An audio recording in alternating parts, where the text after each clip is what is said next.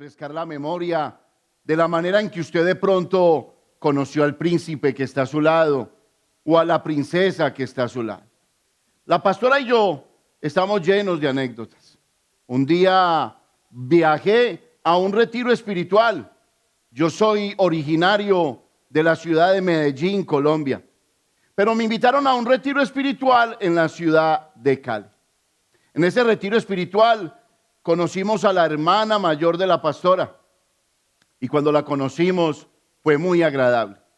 Ella nos tomó una foto a mí y a mi mejor amigo.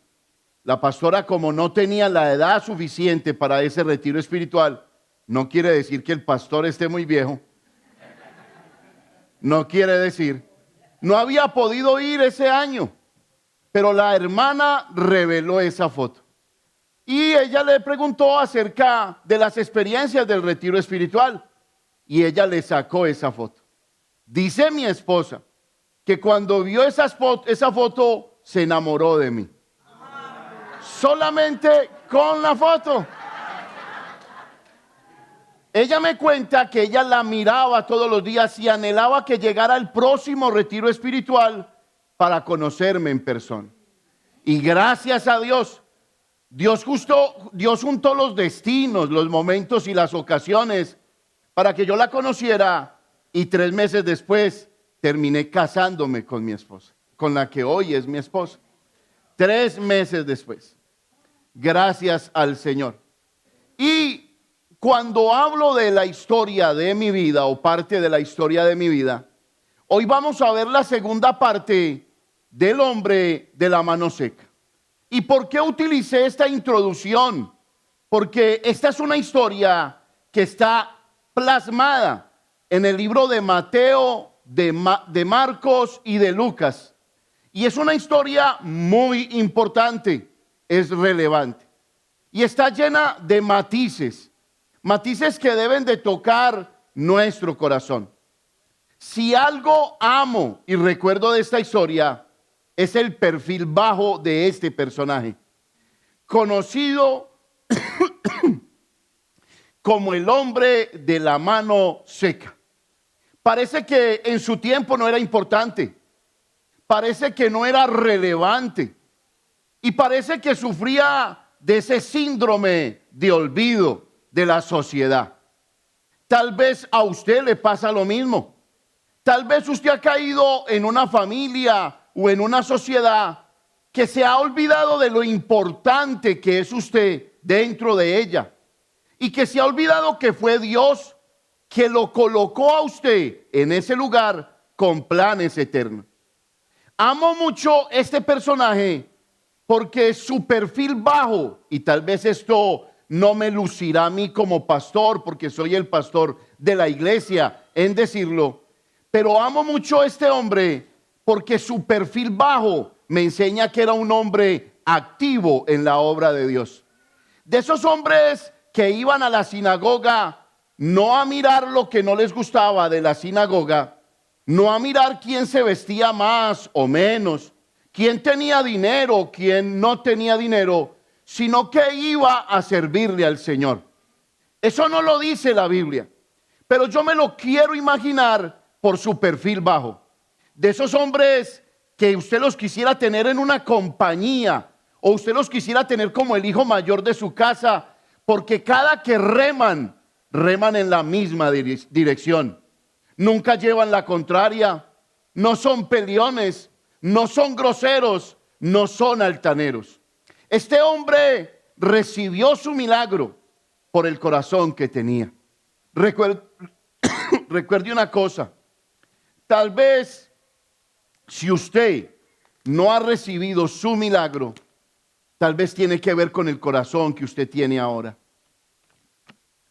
Aunque la soberanía de Dios trasciende por encima de todos los corazones, es muy importante tener un corazón para Dios. Un corazón que adora, un corazón que alaba, un corazón que es agradecido con Dios, un corazón que decide sencillamente honrarlo con su vida.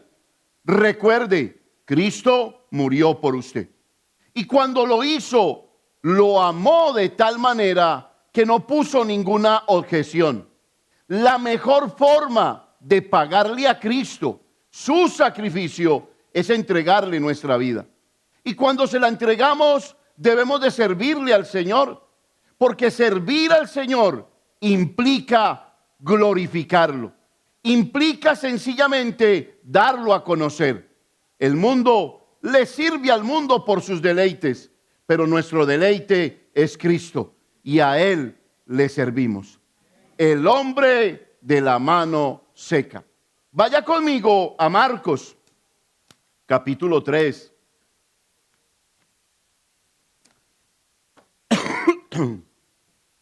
Señor eterno. Marcos, capítulo 3. Versículos del 1 al 6. ¿Cómo se llama la prédica? Los de la derecha están concentrados, los de la izquierda los tengo dormidos. A ver, ¿cómo se llama la prédica? El hombre de la mano seca. Y vamos a leerlo entonces en la palabra del Señor, en el nombre del Padre, del Hijo y del Espíritu Santo. Otra vez entró Jesús en la sinagoga y había allí un hombre que tenía seca una mano y le acechaban para ver si en el día de reposo le sanaría, a fin de poder acusarle. Entonces dijo al hombre que tenía la mano seca: levántate y ponte en medio. Y les dijo: es lícito en los días de reposo hacer bien o hacer mal, salvar la vida o quitarla. Pero ellos callaban. Entonces, mirándolos alrededor, ¿con qué los miraba? Ahí tenemos un Cristo que se enojaba. Con enojo, entristecido por la dureza de sus corazones, dijo al hombre: extiende tu mano. Y él la extendió, y la mano le fue restaurada sana. Gloria a Dios. Y salidos los fariseos, tomaron consejo con los herodianos contra él para destruirle. Esta historia revela lo que hay en el corazón de los hombres, hablando de los fariseos de la época. Pero déjeme decirle algo: esta historia también debiera de revelar lo que hay en su corazón. El hermano medio de Jesús, Santiago, formula esta pregunta diciendo: ¿de dónde vienen las guerras y los pleitos entre vosotros? Y Santiago responde de esta manera: los pleitos y las guerras entre vosotros vienen de vuestras pasiones que operan en vuestros miembros, en vuestro corazón. Cuando usted escucha hablar a Jesús en la Biblia, Jesús nunca apuntó a las cosas exteriores de los hombres, apuntó a las cosas interiores del hombre, señalando que el pecado era el problema del hombre y que el pecado operaba para destrucción en el corazón del hombre. Bien dijo Jesús: y conoceréis la verdad, o sea, a él, y esta verdad os hará libres. ¿Cuál era el problema entonces de los fariseos de la época? Que ellos tomaban, por decirlo a manera de ejemplo, el 6º mandamiento: no matarás. Y se lo enseñaban a todos ellos, a todas las personas: no matarás. Pero cuando apareció Jesucristo, vino a interpretar correctamente los mandamientos. Y le dijo a los fariseos: ustedes siguen matando a las personas porque en su corazón las odian, así ustedes no las maten por fuera. Jesús cogió el mandamiento, el 6º mandamiento, y lo elevó de una forma impresionante, diciéndonos a todos y a los personajes de la época que nada hacemos con no matar a una persona por fuera, pero si la odiamos por dentro, estamos invalidando el mandamiento y somos igualmente culpables. Así que Jesús señala el corazón del hombre y dice: de ahí vienen las guerras, de ahí vienen los divorcios, de ahí viene la infelicidad del hombre. Pero si el hombre le permite a Dios, escúchelo, le permite a Dios que Dios cambie su corazón y le quite el corazón de roca, y le coloque uno de carne. La Biblia dice que Dios allí colocaría su palabra y que haría que Él fuera nuestro Dios y nosotros fuéramos sus hijos. En esta historia vemos cosas maravillosas. Una de las cosas más maravillosas que yo veo son los atributos de Jesús. Pero, ¿qué es un atributo? Un atributo señala las características divinas que distinguen a Dios.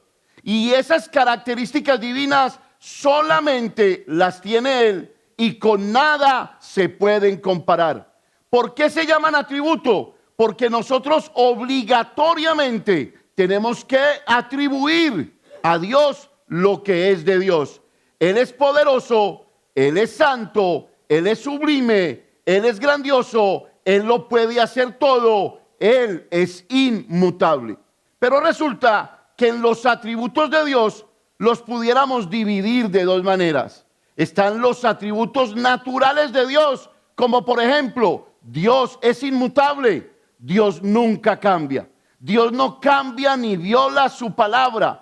Pero también están los atributos morales que son los que manifiesta a la humanidad. Por ejemplo, la misericordia. Dios ha tenido misericordia de nosotros. Venga, le pregunto, ¿cuál es la diferencia de Sodoma y Gomorra, donde reinaba el homosexualismo, donde reinaba la violencia, los asesinatos y el robo? ¿Cuál es la diferencia de esa época a la época de hoy? Déjeme decirle, no hay ninguna diferencia. Sodoma y Gomorra fueron consumidas por el fuego. Y sabe usted y yo y la humanidad, ¿por qué no es consumida? Por la misericordia de Dios. Por la misericordia de Dios. Pastor, ¿no la tuvo de Sodoma y Gomorra? Sí, su misericordia habla. Su misericordia les decía, arrepiéntanse, pero no se arrepentían. Pero dele gracias a Dios, porque un día usted escuchó hablar de la misericordia de Dios y usted se arrepintió y hoy está aquí levantando las manos al cielo y adorando al Rey de Reyes y Señor de Señores. Y en esta mañana vamos a ver un solo punto. La semana que viene pretendo terminar con esta serie del hombre de la mano seca, hablando acerca del día de reposo. Pero en esta mañana quisiera recordar en esta escritura que hemos leído dos grandes características que tenía Jesús. Y ese es el primer punto de la mañana. Jesús, autoridad y misericordia, sus preciosas características. Quisiera leerlo conmigo a la voz de tres. 1, 2 y 3. Jesús, autoridad y misericordia, sus preciosas características. En esta historia veo dos características que me llaman la atención: la autoridad y la misericordia. Y no quisiera en esta mañana hablar de la autoridad de Jesús, la que tiene sobre las leyes naturales.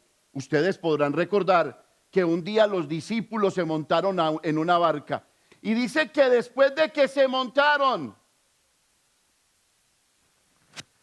dice la Biblia que después de que ellos se montaron en la barca, sucedió algo impresionante. No se le olvide que una vez que usted se monta en la barca con Jesús, van a venir pruebas y van a venir dificultades. ¿Cuál es la diferencia?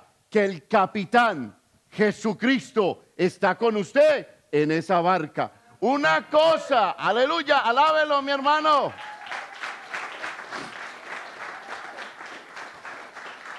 Una cosa es vivir una prueba sin ese capitán y otra cosa es cuando usted vive las pruebas con ese capitán a bordo. Dice la Biblia que se desató una tempestad. Hombres pescadores de la época no podían manejarla y dice que era de tal manera que ellos se estaban ahogando, la barca se iba a voltear y ellos corrieron a buscar al maestro. ¿Y dónde estaba el maestro? Estaba durmiendo sobre un cabezal. Lo sacudieron y le dijeron: maestro, ¿no te preocupa que perecemos? Tú estás dormido y nosotros luchando contra las pruebas de este mundo. Y Jesús se levantó y levantó su mano y le dio una orden al viento y al mar y le dijo: viento, calla, y al mar le dijo: enmudece. E inmediatamente, escúchelo, inmediatamente la Biblia dice que hubo bonanza. Bonanza es paz, es tranquilidad. Él reina sobre todas las leyes de la naturaleza, sobre todas las leyes de la naturaleza. Bien dice la Biblia que por Él, escúchelo, bien dice la Biblia que por Él y para Él fueron hechas todas las cosas, las que están en el cielo y las que están en la tierra, sean tronos, sean dominios, sean principados, sea lo que sea, fueron hechas para la gloria de su nombre. De su nombre. Jesús era conocido por su gran autoridad. Si usted lee la Biblia, las personas se decían: pero ¿quién es este que no habla como hablan los del mundo? Gloria a Dios. Y eso me enseña a mí cómo hablan los creyentes: con autoridad, con la verdad atada a su cuello, con personas totalmente transparentes. Jesús era conocido por su autoridad. Así incluso puedes conocer a los cristianos y sus frutos. Si los cristianos no tienen autoridad, escúchelo, si nosotros los cristianos no tenemos autoridad sobre el mundo, su sistema de valores, si no tenemos autoridad sobre nuestra carne, nuestra concupiscencia que nos inclina a pecar, y si no tenemos autoridad sobre el diablo, que es nuestro adversario, la Biblia dice que somos débiles y que el mundo, nuestra carne y el enemigo se van a juntar para destruirnos. Y eso no es lo más peligroso. Lo más peligroso es que el cristiano que pierde la autoridad frente a esos tres frentes son cristianos débiles que fácilmente tienen empatía con el pecado, fácilmente relativizan el pecado, fácilmente toleran el pecado, y cuando toleran el pecado distorsionan la verdad de Dios.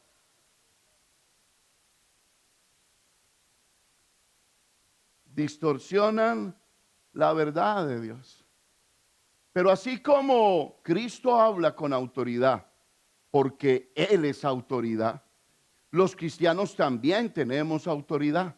Autoridad sobre el mundo, sobre la carne, sus deseos, y autoridad sobre el enemigo.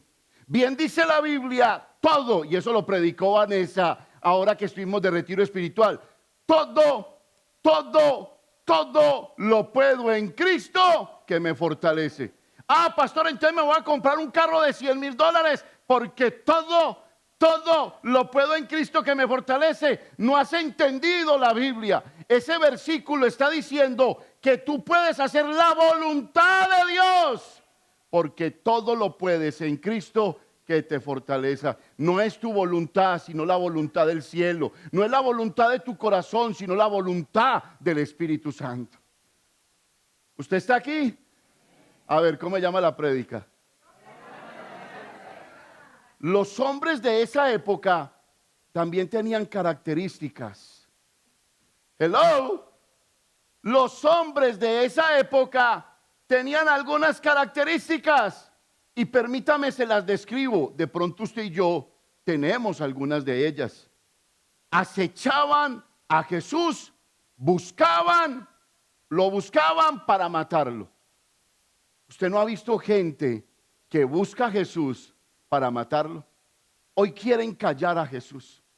Hoy nadie quiere que la iglesia hable de Jesús. Hoy se están llevando a los predicadores presos. Hoy están quemando a las Biblias porque quieren acechar a Jesús.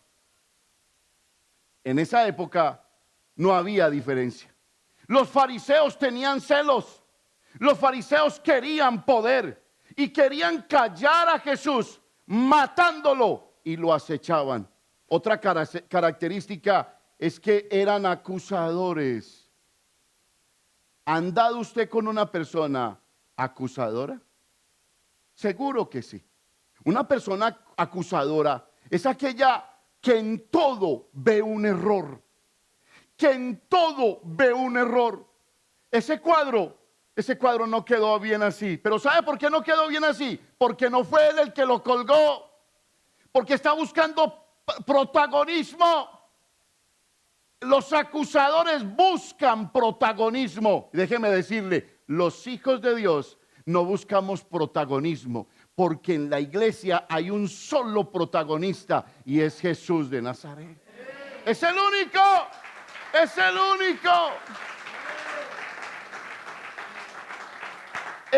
Otra característica es que eran duros de corazón. ¿Eran duros de qué? ¿Ha conocido usted personas duras de corazón? Yo sí que las he conocido. Gente que está despidiéndose de este mundo con un cáncer terminal. Lo invitan a uno a que uno le lleve el evangelio de la salvación y aún allí no lo reciben. Duros de corazón, apoyados en su propia prudencia, sabios con la sabiduría del diablo de este mundo. Otra característica, hipócritas. Venga, yo cierro mis ojos para hacerles esta pregunta. ¿Ha andado usted con gente hipócrita? ¿Gente de doble perfil? ¿Gente de doble ánimo? Claro que sí. Y somos muy buenos para localizarlos. Somos muy buenos para señalar quién es un hipócrita. Pero hermanos, hay veces no nos comportamos nosotros como hipócritas cuando negamos a Jesús en la calle. Hay veces no nos comportamos como hipócritas cuando tenemos que ser luz, somos oscuridad. Cuando tenemos que responder bien, respondemos mal. Hay veces no nos comportamos como hipócritas. Hermanos, la respuesta es sí. Sí. Otra característica, no tenían misericordia. ¿Ha andado usted con personas que no tienen misericordia? La misericordia tiene una característica muy especial, y es que le gusta dar segundas oportunidades. Segundas oportunidades. Te presté $5, no me los pagaste, volviste a necesitar 5, 20 los presto, pero ya esta vez no te los presto, porque como no pagas, te los regalo. La misericordia siempre da segundas oportunidades. ¿Y sabe quién se movía en esta historia del hombre de la mano seca? Jesús, que estaba lleno de misericordia. No rechazó los defectos de este hombre. No rechazó ni los defectos de la atmósfera donde estaba ese hombre. Porque ¿sabe qué? Hay veces decimos, hay iglesias de iglesias. Hay iglesias donde abundan los problemas. Hay iglesias donde hay tanta carnalidad, hay iglesias donde hay tanto pecado, pero ¿sabe una cosa? Dice la Biblia que Jesús no se detenía de ir a la sinagoga. ¿Dónde? Donde los hipócritas. ¿Dónde? Donde los duros de corazón. ¿Dónde? Donde los que lo iban a matar. Él entraba allí. ¿Sabe por qué? Porque ahí él tenía un plan perfecto. Había puesto la mirada en la vida del hombre de la mano seca. No le importó la imperfección de esa sinagoga, sino que entró. Déjame decirle una cosa, qué rico cuando Jesús pone los ojos en uno. Se mueve uno para acá y él se mueve para acá. Se mueve uno para allá y él se mueve para allá. Y parece ese reflector. ¿No lo han visto ustedes esos reflectores que está uno en ese escenario y lo sigue a uno? Así es Jesucristo. Si puso los ojos en ti, tarde que temprano llegarás a la cruz del Calvario. Arrodillado, llegarás pidiendo perdón y llegarás pidiendo una nueva vida y Él te la dará en abundancia. Estas características de estos hombres, esa indiferencia por Cristo, esa indiferencia por los demás. Yo no quisiera que saltaran en nuestra iglesia o en nuestros corazones. Nuestros hermanos nos deben de doler. Nuestros hermanos nos deben de llamar la atención. Y más cuando ellos pasan por momentos difíciles. La Biblia dice: llorad con quien llora y rían con quien ríen. Es importante que estemos unidos como iglesia. Jesús venía en contra de todas estas características. Estos hombres no tenían autoridad, pero creían que tenían autoridad, porque se habían convertido en hombres religiosos de su época. Es que la religiosidad en la vida de una persona lo quiere engrandecer. Hay personas que se vuelven tan religiosas, se vuelven más de la letra que del espíritu que da vida. Yo no quiero decir que usted no debe de meter la palabra en su corazón, métala, pero cerciórese de algo, que esa palabra esté produciendo vida en usted. Porque si no produce vida en usted, produce legalismo. Mira esa falda, mira esa pintura de esa mujer, mira los aretes, y estamos mirando más de lo que debemos de orar. Estamos criticando más que lo que debemos de orar. Si me duele mi hermano, lo mínimo que debemos de hacer por nuestro hermano es orar por él. Señor, es tu hijo. Señor, es inmaduro, hazlo crecer, pero no me permitas a mí corromperlo con los juicios de mi boca. Usted no ha notado que entre usted más hable de una persona, entre usted más socave esa persona, miren, no es su hermano, no es un amigo cercano, pero usted desde lejos está socavándolo y socavándolo y socavándolo. ¿Sabe qué pasa? Usted más lo odia sin ni siquiera tener pruebas en sus manos. Por eso es importante hacerlo al contrario. En vez de hablar de él, bendígalo y háblele a Dios de él. Háblele a Dios de él. Este te necesita. Este es pecador como yo soy pecador. Este está lejos de ti como yo un día estuve lejos de ti. Misericordia. Esa característica la tenía Jesús, pero no la tenían los hombres de su época. Es que la misericordia produce milagros, por eso ellos no producían milagros. Es que la autoridad produce orden, por eso ellos no tenían el orden de su vida. Pero allí se había presentado el hombre, escúchelo bien, se había presentado Cristo en su humanidad con autoridad y con misericordia. Con autoridad para decirle a ese hombre: ponte en medio. Usted leyó lo primero que Jesús le dijo a ese hombre: mira la dureza de estos, hazme un favor, ponte en medio. ¿Y sabe qué me gusta? Porque ahí es donde amo este personaje. Este personaje le hubiera podido decir a Jesús: Jesús, si es que todo el mundo se burla de mí, mira mi manito. Jesús, otra vez el ridículo. Jesús, mira, no, ve, hagamos una cosa, vamos afuera y arreglemos esto por las buenas. Pero ¿qué hizo el hombre? Callado, se puso en medio. Él sabía que frente a él estaba la autoridad de los cielos. Y a mí me late, mis hermanos, que hay veces cuando venimos a nuestra iglesia, o hay veces cuando tenemos esa relación íntima con Jesús, se nos olvida quién tenemos delante. Nuestros pies debieran de temblar.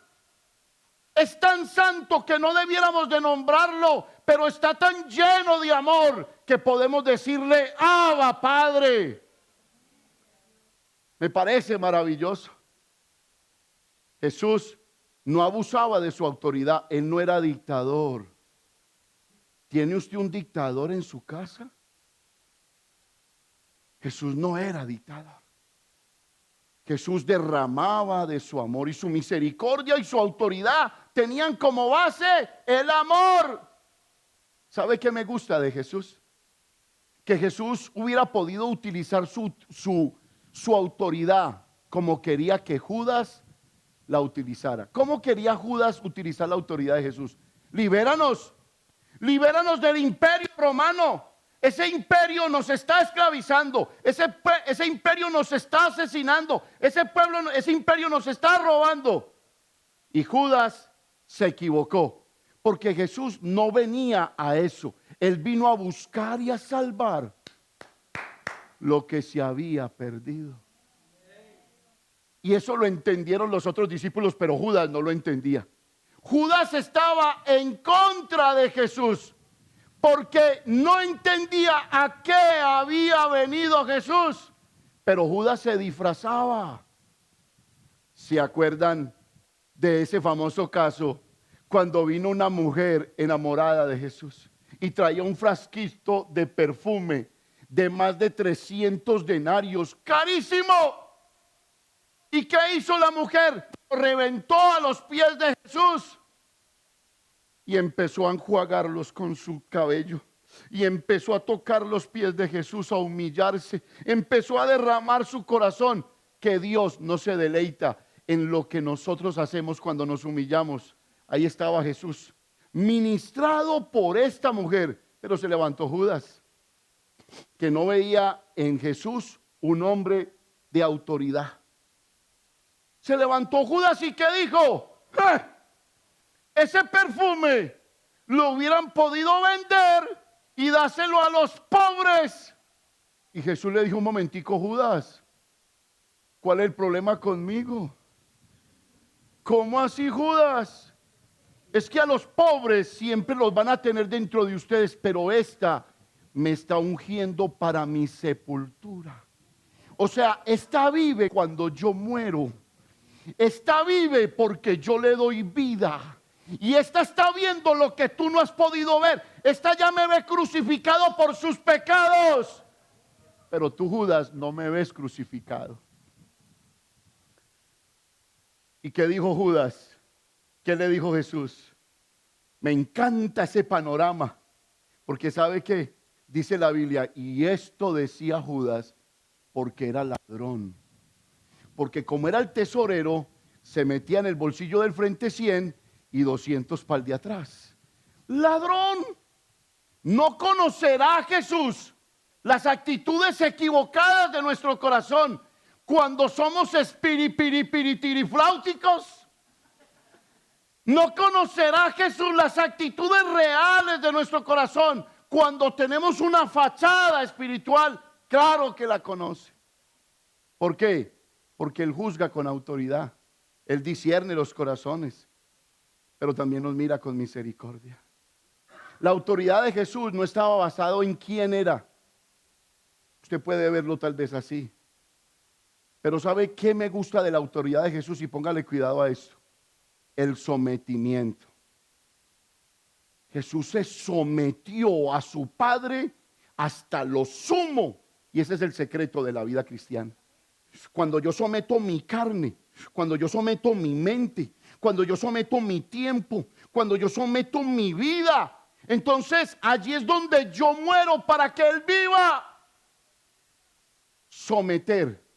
La palabra someter era utilizada muchas veces en el idioma de ese tiempo como una palabra militar, que quería decir que todo un pelotón o una guarnición era sometida o organizada bajo el comando de un solo líder. ¿Qué pasa cuando yo me someto toda mi vida, mis finanzas, mi matrimonio, mis hijos, mi hogar, mis amigos, mi negocio, lo organizo bajo el comando de un solo líder? ¿Qué es lo que ha pasado? Es que mi vida se ha llenado de liderazgo. Mi mujer me maneja o yo manejo a mi mujer. ¿Es lo que dice mi mujer o es lo que dice mi marido? ¿Es lo que dice la vecina o es lo que dice mi mejor amigo? Pero Jesús está diciendo aquí, en la vida cristiana y en el cristianismo, no hay sino un solo comandante. Hello, un solo comandante. Y cuando yo me organizo y tomo mi vida y dejo que Él la organice, entonces estoy diciendo a toda mi vida: hey vida, hey carne, hey, ya no vives tú, sino que aquí hay un comandante. Y vivo por lo que dice ese comandante. Si Él me dice a la derecha, a la derecha. Si Él me dice a la izquierda, a la izquierda. Porque yo reconozco mi fracaso, pero no hay nadie que diga que Dios ha fracasado. ¿Usted está aquí? Familia, Jesús, con su autoridad, nunca contradijo a Dios. Hello. Jesús, con su autoridad, nunca contradijo a Dios. Pero sabe que hay veces nosotros contradecimos a Dios cuando le decimos, no quiero tu consejo. Cuando vengo los domingos y peso la prédica de quien predica. Cuando vengo y escucho un devocional y lo escucho afanado porque quiero cumplirle a Dios y quiero cumplirle a mí mismo. Jesús en su autoridad nunca despreció a Jesús. Jesús nunca despreció a Dios. Pero nosotros hay veces creemos que tenemos más autoridad cuando despreciamos el consejo que Dios nos da. Familia, mire, bástale a usted escuchar con fe para que usted salve su vida. Usted hoy aquí no está por coincidencia. Usted está aquí hoy por diseño del cielo. Y está porque Dios quería que usted escuchara esta palabra. ¿Sabe por qué? Porque vendrán tiempos difíciles en los que a causa de usted no haber escuchado por fe, usted no va a tener forma de soportar lo que viene por delante. Así que arregle cuentas con Dios hoy. No sea de aquellos que dicen, dejo para mañana lo que tengo que hacer hoy. No, la Biblia dice, he aquí, yo estoy a la puerta y llamo. Si alguno oye mi voz y abre su puerta, yo entraré y cenaré con él y él conmigo. ¿Qué dice la Biblia? Hoy es el día de salvación. No lo postergues. No tienes autoridad sobre él. No juegues con el cristianismo. No juegues con tu vida. Tu vida es un tesoro. Tu vida vale su sangre. No la desperdicies. No la tires a la basura. No la tires por el hoyo. La alcantarilla de tu vida no lo hagas. Sométete a su autoridad. Esa autoridad no abusará de ti. Dice la Biblia que sus mandamientos no son gravosos, sino que producen libertad. ¿Cómo? Libertad. Libertad para decirle a la pornografía, ya no cuentes conmigo. Libertad para decirle al adulterio, ya no cuentes conmigo. Libertad para decirle a la fornicación, ya no cuentes conmigo. Aquí ha empezado una nueva obra y es la obra del Espíritu Santo. No me puedes decir a mí que te sientes cómodo con lo que haces. Lo que haces te acusa. Lo que haces llena tu conciencia de esclavitud. Lo que haces te lleva al hábito de volver a pecar. Pero si hoy te sometes a esa autoridad divina que es Cristo, Él promete hacerte libre una vez y para siempre. Eso lo promete Él. Es cuestión de ser inteligente. Su autoridad nos habla de que trasciende los cielos. Y este hombre de la mano seca no se quiso perder de esa autoridad. Acompáñeme a la cita bíblica que corresponde a este primer punto. Versículos 2, 4 y 5.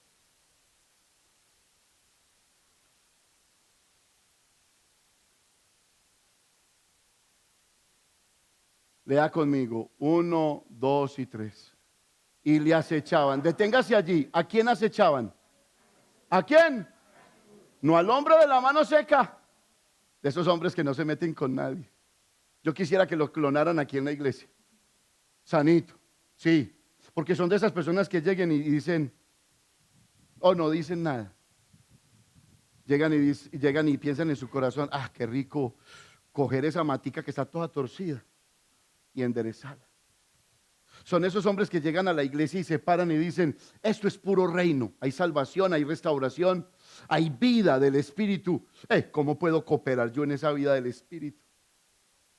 Pero hay quienes resisten la obra de Dios y juegan más en el equipo de la resistencia del diablo que en el equipo de Dios. Y le acechaban para ver si en el día de ¿qué? De reposo, ¿qué? le sanaría. ¿A fin de qué? Acusarle. Acusarle. ¿Qué acusador tan grande tenía Jesús? ¿Cómo respondemos a las acusaciones? Permítame, le digo algo y le enseño algo, porque los cristianos también abrimos nuestro panorama. Yo un día escuché una entrevista del último presidente que salió de Colombia, de Duque. ¡Ah, qué orador! ¡Qué forma de expresarse! Y él comenta una anécdota. Él comenta una anécdota. Él dice que una vez vino un reportero y hizo escarnio de su esposa porque la esposa llegó con un vestido todo raro. Y hizo escarnio de su gobierno. Entonces le dijeron a Duque: Duque, ¿usted qué tiene que responder? Y qué frase tan célebre. Él dijo: a las bajezas, grandezas. Y ese lema tiene que estar metido aquí en el corazón de nosotros, y ese fue el lema de Jesús. Lo acosaban para matarlo. O sea, eran sicarios que lo estaban esperando afuera para matarlo. A las bajezas, grandezas. Hombre, párate aquí. Se me separó. El milagro, lo mío, llegó lo mío. Esos cristianos desesperados por el milagro. Llegó lo mío. Llegó lo mío. No me lo voy a perder. ¿Sabe que yo pienso así cada que vengo a la iglesia? Usted me puede decir religioso. Es que un religioso no solamente. Un religioso, sí, alábelo. Un religioso, póngale cuidado, no solamente el que es extremista y perfeccionalista. No, un religioso también es aquel que escucha la palabra y es invitado a ser santo y sigue jugando con el pecado. Sigue malabareando con el pecado. Eso es un legalista también. ¿Sabe con qué actitud vengo yo todos los domingos a la iglesia? Yo me levanto y le digo: Dios, hoy es el día de mi milagro. Pastor, es que usted tiene la mano seca. No. Pero tal vez hay algo en mi vida que no he podido entregarlo y hoy es el día de mi milagro. Señor, hoy es el día de mi vida, por eso voy con empuje, con ganas, con fuerza, con pasión. Por eso ven a ustedes este pastor aquí que danza para Cristo. ¿Sabe por qué? Porque aún siendo un niño me sentía esclavo del pecado. Aún siendo un niño le tenía miedo a lo porvenir. Aún siendo un niño tenía miedo de la pérdida de mis padres. Pero cuando llegó a Cristo a mi vida, Él me liberó. Y Él me dijo: aquí vas a tener una vida en abundancia. Y la que viene será mejor que la que estás viviendo ahora. Ahora.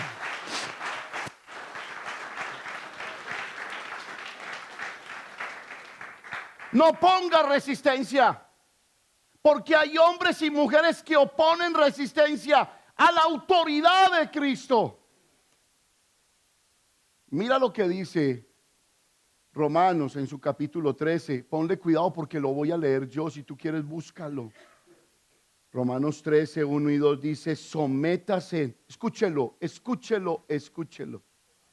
Romanos 13, 1 y 2 dice: sométase toda persona a las autoridades superiores, porque no hay autoridad sino de parte de Dios, y las que hay por Dios han sido establecidas. De modo de que quien se opone resiste a la autoridad, a lo establecido por Dios resiste, y los que resisten acarrean condenación para sí mismos. ¿Cómo? Usted de los que bravea a los ujieres aquí para parquear un carro. Usted acarrea condenación para usted mismo. Usted de los que bravea a los ujieres porque no quiere sentarse aquí, sino que ya sacó escritura de esa silla. Acarrea condenación para usted mismo. Sométase pues a Dios. ¿Dónde está lo delicioso de la vida cristiana? Cuando yo llego a la iglesia y yo me comporto como un niño, sí. Ay, qué rico, pastor. Sí, no como un bobo, porque no estoy diciéndole como un bobo. Que ningún pastor le meta los dedos a la boca, porque aquí hay que utilizar en la palabra. Pero usted por la palabra debe de ser ennoblecido por Dios. Pero si usted no es ennoblecido por Dios, usted todavía odia, usted todavía tiene rencor, usted todavía se aísla de los demás.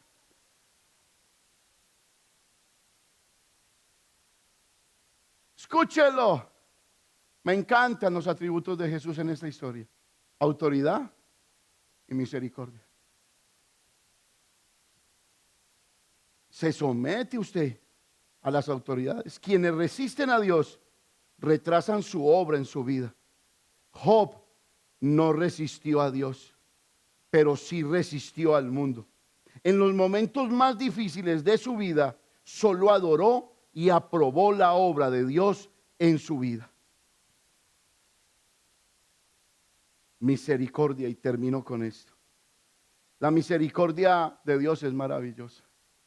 Si usted la entendiera, usted no fuera fanático de ella, sino que si usted entendiera la misericordia de Dios, usted fuera una persona que le permitiría a Dios hacer lo que Dios quisiera con su vida. Él no se va a equivocar. Él me cogió a mí cuando yo tenía 6 años de vida y ha hecho de mí un hombre que teme al Señor. Porque me encanta temer al Señor. No le encuentro significado a la vida si no temo al Señor. Y usted debiera de pensar igual. Porque cuando usted teme a Dios, usted es llamado sabio de corazón. Y cuando usted es llamado sabio de corazón es porque usted se está apartando del pecado que a usted lo está destruyendo. Mire, familia, quiero terminar con 2 o 3 cosas ligero. ¿Quién aquí no ha visto la misericordia de Dios? ¿Quién aquí? Mire, hemos tenido casos de personas que no se dan 5 centavos por ellas, perdóneme la expresión, y le cuentan a uno una historia desde que nacieron hasta que llegaron a la iglesia, y uno dice: ¿cómo este man no se murió? ¿Cómo esta hembra no acabó con su hogar? ¿Cómo este hombre terminó aquí a los pies de Cristo? ¿Sabe por qué? Porque mientras que usted iba haciendo con su vida lo que le daba la gana, ¿sabe quién venía detrás de usted? Venía Jesús. Y usted tiraba el divorcio y él cogía el divorcio.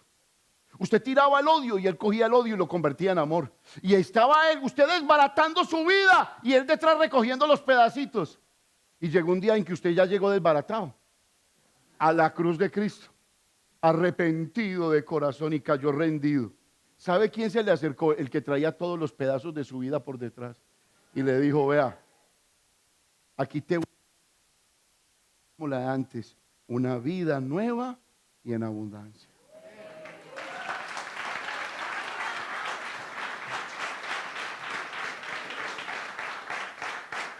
La misericordia de Dios se extiende por toda la Biblia y es una expresión de amor y de bondad.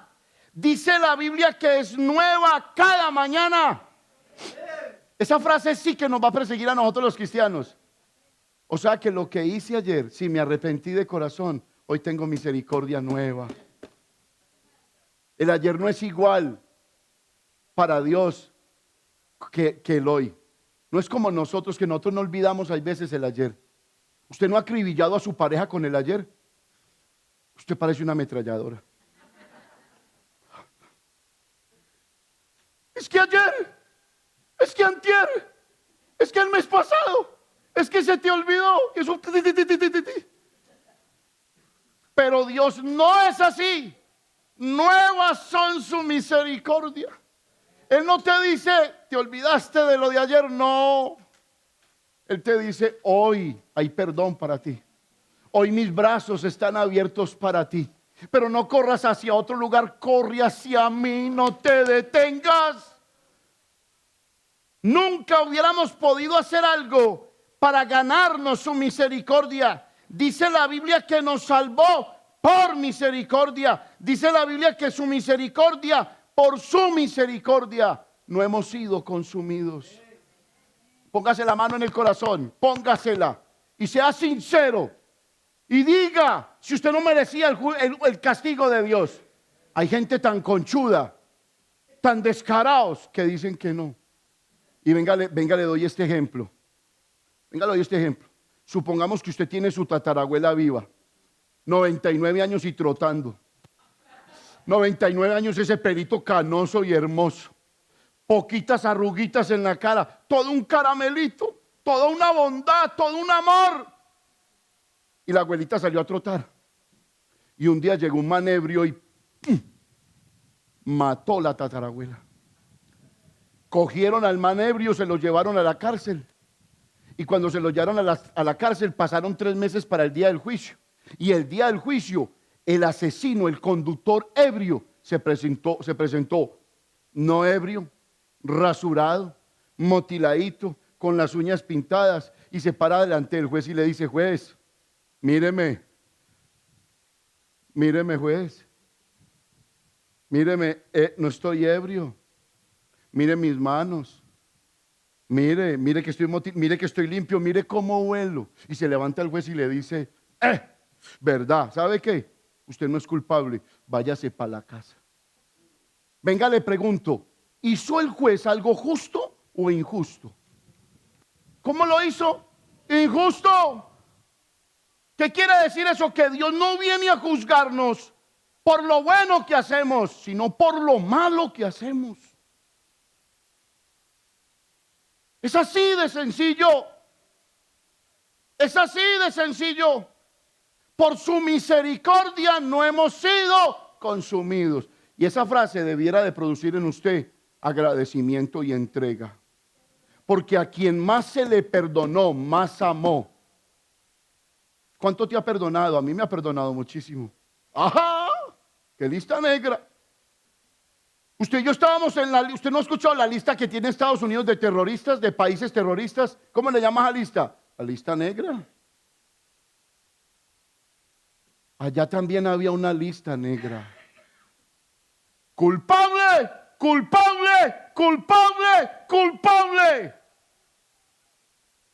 Pero un día apareció el abogado de abogados, aquel que derramó su sangre preciosa, aquel que el cielo no puede contener, ni en el universo tiene capacidad de llamarlo por su nombre. Y vino y se hizo hombre y murió por nuestros pecados. Y estando allí, todas sus 7 palabras fueron de pura misericordia. Pura misericordia. Perdónalos porque no saben lo que hacen. ¿Qué? ¿No sabíamos lo que hacíamos? Sí. Pero sus palabras estaban llenas de ternura, llenas de bondad, llenas de misericordia. Por eso te invito hoy a que no desprecie la misericordia de Dios. Su misericordia la vemos cuando ordena los pasos de los hombres. ¿Sabe para dónde iba usted, papá? Iba en caída libre. ¿Sabe para dónde iba usted? Con su forma de pensar, iba a ser de las personas más malas. Pastor, es que yo moralmente soy bueno. Los moralmente buenos no entran al cielo. Pastor, es que yo no mato una mosca. La Biblia dice: por cuanto todos pecaron, tú también pecaste y estás destituido de la gloria de Dios. No, es que no es por ser bueno. No, es que es por no ser moralmente bueno, ni éticamente bueno. Tienes que arreglar cuentas con Cristo. Los pasos del hombre son organizados por la misericordia de Dios. Mira, te voy a decir esto, y perdóname que sea tan duro. Si hoy te estás divorciando de tu esposa, es porque todo problema grande hoy fue pequeño ayer. Y usted no puede decir que ese ya va a ser el tap de la situación o el fondo de la situación. Satanás vino para matar, hurtar y destruir. Hasta que no acabe con su vida, él no va a quedar contento. Porque él odia a Dios y a su creación. Y a usted lo quiere destruir. Y la única forma de destruir de quitar esa destrucción es entregándole tu vida a Cristo. Es la única manera. No hay otra forma. Por eso él dijo: yo soy el camino, la verdad y la vida. Por eso dice la Biblia: no hay otro mediador entre Dios y los hombres, solo Cristo. Nos vemos cuando nos levanta.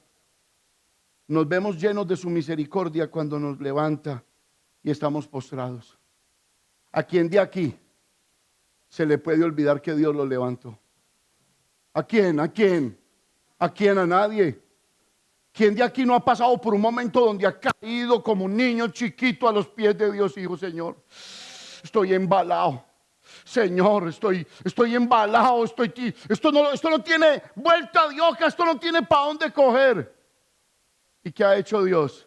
Venga, aquí hay misericordia para usted. Solamente entrégueme su corazón y obedézcame, porque es una cosa por la otra. ¿O qué quiere? ¿Ser bendecido y seguir siendo desobediente? No, es una cosa por la otra. Es una compra de sangre por una vida de obediencia.